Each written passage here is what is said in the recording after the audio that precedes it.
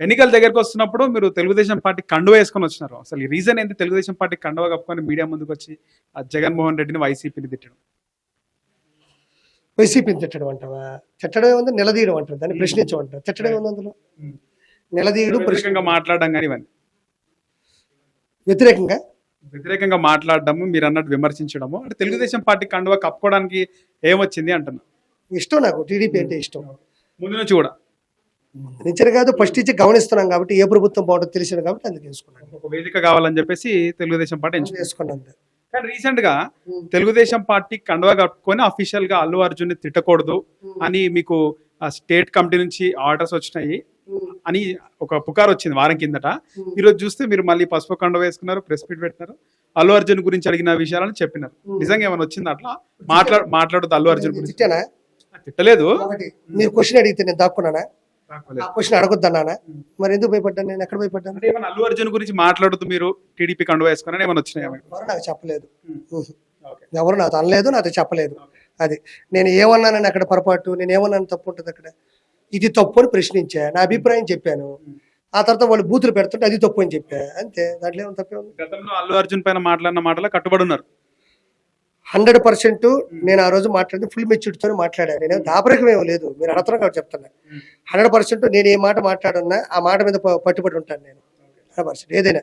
ఈరోజు తిరుమల కొండ కోసం మీరు మాట్లాడుతున్నారు. తిరుమల కొండ టార్గెట్ పెద్దిరెడ్డి అలాగే రోజా. తిరుమల కొండ గురించి మాట్లాడుతున్నారు. టీటీడీ బోర్డు మెంబర్ గా ఏమన్నా అవకాశం కోసం ట్రై చేస్తున్నారా? ఎవరయ్యా మీరు?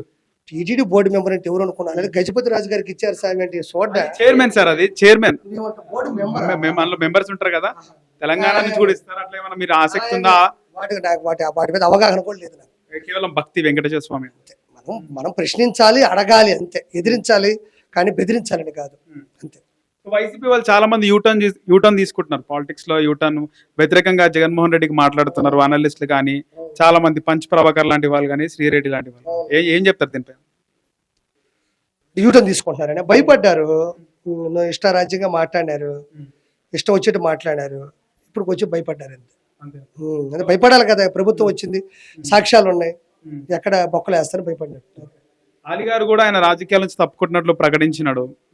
ఎందుకు అట్లా అంటారు? ఆయన ఫస్ట్ లో అవగాహన లేదు వాళ్ళ గురించి, మంచోడు అనుకున్నాడు, చెడు అని తెలిసిన తర్వాత వచ్చేసాడు అంతే. అంతేకాదు, ఇంకంతే. నచ్చలేదు, వచ్చేసాడు పాపం. ఆయన మనం ఏమంటాం, తెలుసుకున్నాడు. రోజా గురించి మీరు గతంలో కూడా మాట్లాడినారు, చాలా ట్రోల్, చాలా వ్యూస్ కూడా వచ్చినాయి మీరు మాట్లాడిన దానికి. వైరల్ అయింది వీడియో. తాగుతో బాగా తాటి లాగా తలకాయ వేసుకుంటావు పెద్దగా. అవును, మరి పవన్ కళ్యాణ్ గారిని పట్టుకొని ఎన్ని మాట్లాడలేదు, ఎన్ని వందలు మాట్లాడలేదు. చంద్రబాబు నాయుడు గారిని పట్టుకొని అనలేదా? సో నేనంటే తప్పే ఉంది, 100% తప్పులేదు అందులో.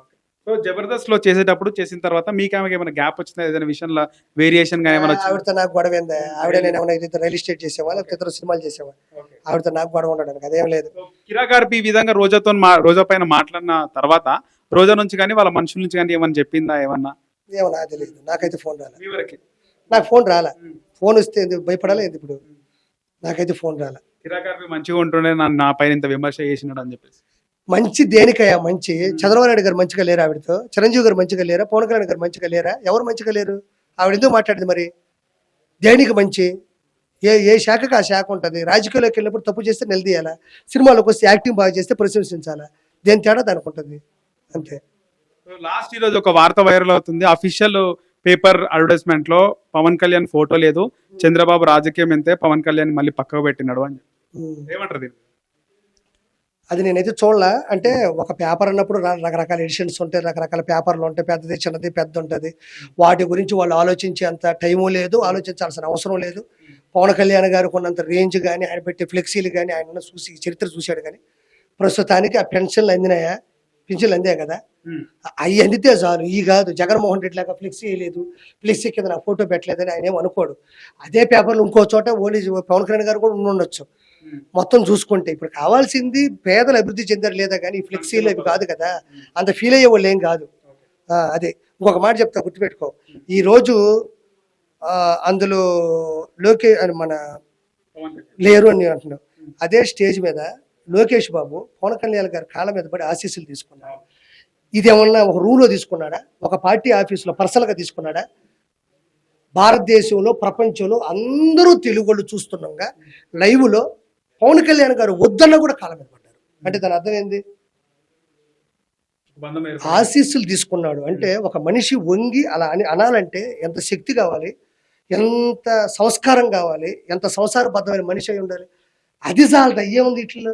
లోకేష్ బాబే ఒక సీఎం కొడుకు, ఎన్టీ రామారావు మనవడు, అలాంటి వ్యక్తే కాళ్ళ మీద పడి ఆశీస్సులు తీసుకోగలేంది. ఇప్పుడు ఫోటో కావాలా?